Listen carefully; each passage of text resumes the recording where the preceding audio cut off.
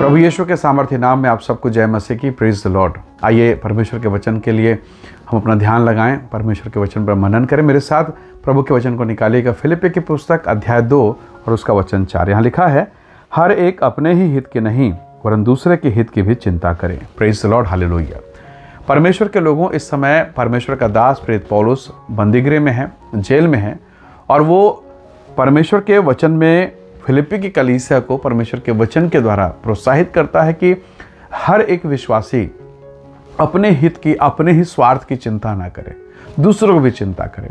पौलुस की कही गई ये बातें ना केवल कलीसिया, परिवार, हर जगह जहां आपका संबंध है, जहां आपका उठना बैठना, जहां आपका आना जाना, हर जगह पर यह लागू होता है। परमेश्वर के लोगों, जरा सोचिए, मैं और आप कलीसिया में, चर्च में आते हैं और हमारी प्रार्थना बस ये है कि प्रभु मेरी बेटी को आशीष दे, मेरे बेटा को आशीष दे, मुझे अच्छी नौकरी मिल जाए, मेरा घर अच्छा बन जाए, और बेहतर हो जाए, और बेहतर हो जाए। क्या प्रभु यीशु मसीह इस संसार में इसीलिए आए ताकि मैं बस घर बनाऊं, मोटरसाइकिल खरीदूं, कार खरीदूं, इस संसार के संपत्ति को बटोरूं और गवाही दूं कि परमेश्वर मेरे साथ है, प्रभु मेरे साथ है? क्या यही जीवन है? अगर यही जीवन है तो जरा सोचिए, वो धनवान के पास तो सब कुछ था ना। वो तो कह सकता था, प्रभु ने मुझे दिया, देखो मुझे कितना कुछ दिया है। और वो बोल सकता था, ये लाजर को देखो, मेरे घर का जूठा खा के जी रहा है। परमेश्वर के लोगों, धन, समृद्धि, उन्नति, इस बात का कभी भी प्रमाण नहीं है कि परमेश्वर आपके साथ है, परमेश्वर मेरे साथ है। आप आज्ञा में हैं, आप पवित्रता में हैं, आप खराई में हैं, आपके जीवन में परमेश्वर का महिमा है, ये इस बात की गारंटी है। धन आता है, जाता है। पौलुस सिखा रहा है कि हम में से हर एक केवल अपने हित की चिंता ना करें, हमें दूसरों को भी देखना है। घर में आपको देखना है आपकी पत्नी का हित, बच्चों का हित, उनका भविष्य, उनके विषय में चिंता, उनके विषय में आपका प्रयास, आपका कर्तव्य। पत्नी की जिम्मेदारी है पति के प्रति, बच्चों के प्रति, घर के पर अन्य लोगों के प्रति। पति की भी जिम्मेदारी है, बाल बच्चों की जिम्मेदारी है। हम में से हर एक न केवल शारीरिक पर आत्मिक बातों पर भी अगर हम मन लगाएं तो निसंदेह हमारे घर में परमेश्वर की महिमा होगी और हमारे जीवन, हमारे घर, हमारे परिवार के द्वारा दूसरे लोग आशीषित होंगे। प्रभु के लोगों, प्रभु यीशु मसीह का जीवन देखिए। बाइबल कहते कर फिलिप्पी की पुस्तक जो आप 2 अध्याय निकाले हैं और 2 अध्याय के वचन 4 को आपने और हमने पढ़ा।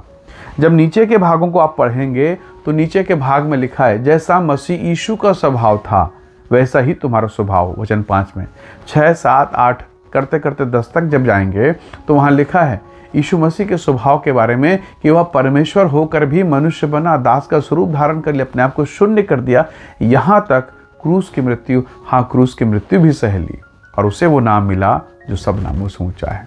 तो हमें पौलुस सिखा रहा है कि परमेश्वर होकर भी वह मनुष्य बना, वो अधिकारी होकर भी मानो दास बन गया, वो सब कुछ होकर भी शून्य हो गया और अपने आप को हम पापियों के लिए दिया, दूसरों के लिए दिया, जो उसके काबिल योग्य नहीं थे उनके लिए दे दिया, यहाँ तक कि उसने मृत्यु को सह लिया।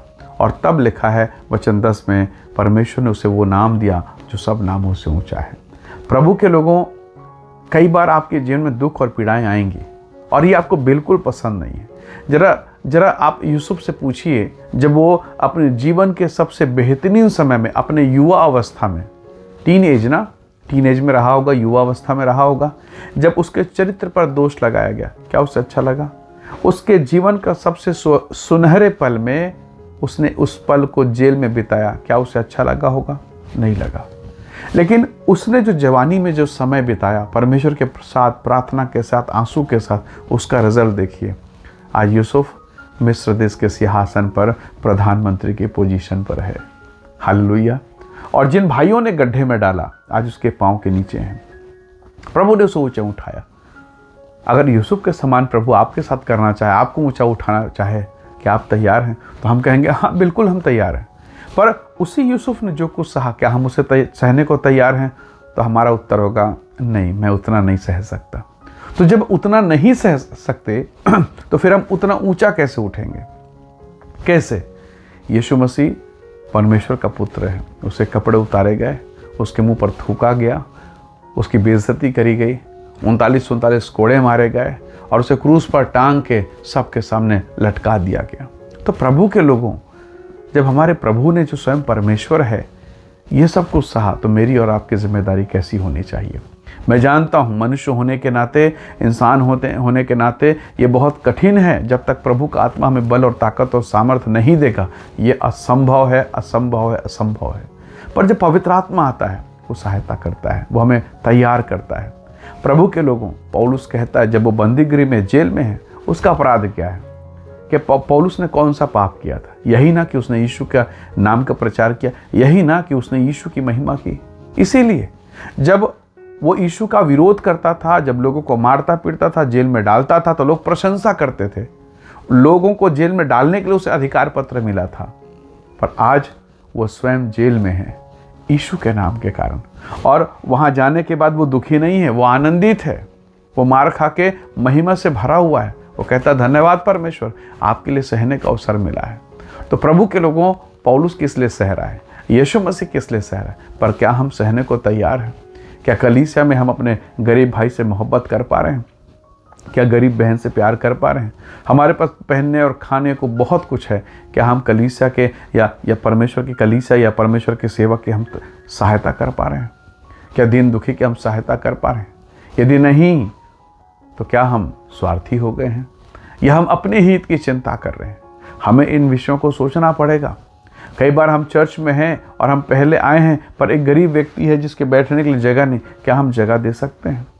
क्या हम प्रार्थना कर सकते हैं कि प्रभु इसकी गरीबी को तो दूर कर?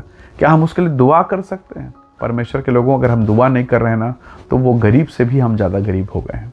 प्रभु का वचन हमें सिखाता है एक दूसरे के हित की चिंता करो। हमें चिंता करनी है, हमें प्रार्थना करनी है एक दूसरे के लिए, अपने अगुवे के, अपने पास्टर के लिए। अगर आज आप पास्टर के लिए दुआ नहीं कर रहे हैं, प्रार्थना नहीं कर रहे हैं, सुबह आप सो कर उठे, अपने लिए प्रार्थना किया, बेटा बेटी के लिए प्रार्थना, कुत्ता बिल्ली के लिए, भेड़ बकरी के लिए प्रार्थना करें, खेत खलिहान के लिए, पर अपने अगुवे के लिए प्रार्थना नहीं कर रहे हैं, तो जरा सोचो तो सही। एक साधारण सी बात है, आपका अगुवा परेशान है, इतनी बड़ी कलीसियाएं हैं, इतनी बड़ी परेशानी, आप अपने परिवार से परेशान हैं। सोचिए संसार में कितने प्रभु के दास हैं जो अपने जीवन में, अपने घर, अपने परिवार, कलीसिया के कारण दबाव में। पौलुस भी कहता है मैं किस किस के कारण मैं दबाव में नहीं हूँ। तो प्रभु के लोगों कौन सी चिंता, वो कहता कौन सी चिंता मुझे नहीं दबाती? कलीसियाओं की चिंता। तो ऐसी कई प्रकार के दबाव, कई प्रकार के बातें परमेश्वर के दासों के जीवन में है। और अगर कलीसिया उसे प्रार्थना में ना उठाए, तो सोचिए क्या होगा। जिस ट्रेन पर आप बैठे हैं उसका इंजन भी अगर बैठ जाए, इंजन ही बंद हो जाए, तो डिब्बा कहाँ जाएगा? वो तो अटक जाएगा, वो तो ठहर जाएगा। तो आपकी जिम्मेदारी है अपने कलीसिया का अगुवे के लिए, अपने पास्टर के लिए, आपकी जिम्मेदारी है अपने घर के मुखिया के लिए, आपकी जिम्मेदारी है अपने देश के मुखिया के लिए, अपने प्रदेश के मुखिया के लिए, क्योंकि अगर वो गड़बड़ करेगा तो पूरा प्रभाव सब पर होगा। तो हमें ना केवल अपने घर, अपने परिवार, अपना बेटा बेटी पर सबकी चिंता करनी है और प्रार्थना करना है कि प्रभु हमारे देश में, हमारे घर में, हमारे परिवार में, हमारे समाज में, हमारे नगर में, हमारे कुटुंब में अपनी महिमा प्रकट करें, और ऐसी महिमा जो आज तक कभी प्रकट नहीं हुआ। Praise the Lord. निसंदेह परमेश्वर आप पर दया करेगा और परमेश्वर की महिमा प्रकट होगी। इसलिए अगर आज क्लेश, पीड़ा, समस्या में है, हो सकता है अब तक आपने अपने लिए प्रार्थना किया। कई बार प्रभु यीशु मसीह ने हमें सिखाया, यदि कोई तुम्हारे एक गाल पर तमाचा मारे, दूसरा भी फेर दो। तो प्रभु के लोगों, कई बार ऐसे लोग आपके जीवन में आए होंगे, कई लोग होंगे जिन्होंने आपको ठोकर दिया, आपकी बेइज्जती करी, आपको अपमानित किया, जैसे यीशु के मुंह पर थूका। पर यीशु ने क्या किया? क्रूस पर जब उसने चढ़ा, कहा पिता इन्हें माफ़ कर, ये नहीं जानते इन्होंने क्या किया, ये क्या कर रहे हैं, इन्हें नहीं पता है। क्या वो इतने अबोध बच्चे हैं जो उनको पता नहीं है? वास्तव में वो पिता से कह रहे हैं कि प्रभु अनजाने में कर रहे हैं, धोखा हो गया, गलती हो गई, क्रोधवश, गुस्सेवश कर रहे हैं। तो क्या मैं अपने शत्रुओं को माफ़ कर सकता हूँ? क्या नहीं। मैं दूसरों से तो माफ़ी चाहता हूँ, मैं परमेश्वर से भी माफ़ी चाहता हूँ, पर मैं अपने अपराध करने वालों को माफ़ करने के लिए तैयार नहीं हूँ। मैं उन्हें क्षमा करने को तैयार नहीं हूँ। पर हाँ, मैं प्रभु से चाहता हूँ कि प्रभु मुझे क्षमा कर दे, प्रभु मेरी बेटी को भी क्षमा कर दे, उसके पापों को भी ढांप दे, मेरा बेटा को भी सुधार दे, उसके अधर्मों को सुधार दे, क्षमा कर दे। मैं सब चाहता हूँ अपने लिए, पर दूसरों के लिए, परमेश्वर के लोगों, इसी बात को पौलुस कहता है, न केवल हम अपने हित पर सबके लिए। तो ये शारीरिक भी है, ये आत्मिक भी है, ये सब प्रकार के भौतिक आशीषों के संबंध में भी है। इसलिए आज के इस दिन में हमें प्रार्थना करना है कि खुदावंद मेरे साथ साथ मेरे लोगों को, मेरे घर, मेरे परिवार, मेरे आसपास मैं जहाँ जहाँ जाता हूँ उन सब पर तो अनुग्रह कर। और हमारी जिम्मेदारी है कि हम इन तमाम बातों के लिए दुआ करें। प्रभु के लोगों, आपके घर में अगर 4 दीवार है, कमरे में 4 दीवार है, क्या ऐसा हो सकता है कि आप चारों दीवार को पुताई करें और ऊपर छत को ना पोतें, उसकी लिपाई पुताई ना करें? या ऐसा हो सकता है कि एक दीवार को ऐसे ही छोड़ दें, रहने दो? ऐसा अगर छोड़ दिया तो क्या होगा? एक कमरे को झाड़ू लगा, बाकी ऐसे, इससे क्या होगा? गंदगी जस की तस रहेगी। इसलिए आवश्यक है कि हम अपने घर, अपने परिवार, सब बातों की चिंता करें और प्रभु के नाम की महिमा करें, औरों को भी चिंता करें। आइए दुआ करें, परमेश्वर के नाम की महिमा करें। प्रेमी अनुग्रहकारी स्वर्ग के पिता, मेरे प्रिय भाई बहनों पर दया कर, ब्लेस कर, आशीष दे प्रभु जी, और होने दे कि हमारे जीवन में महान बेदारी, महान अनुग्रह आने पाए प्रभु जी। पिता, हम अपने ही नहीं पर दूसरों की भी चिंता करें, कलीसिया के, समाज के लोगों की चिंता करें, और होने दे परमेश्वर वो तमाम लोग जो हमारे आसपास हैं, हमसे संबंधित हैं, वे सब यीशु के नाम से आशीषित होने पाए, हर एक बंधन टूटे, मसीह की महिमा प्रकट हो। धन्यवाद पिता, प्रार्थना सुनने के लिए प्रभु यीशु के सामर्थी नाम से मांगते हैं, आमीन। प्रभु आप सबको बहुत से आशीष दे। Praise the Lord.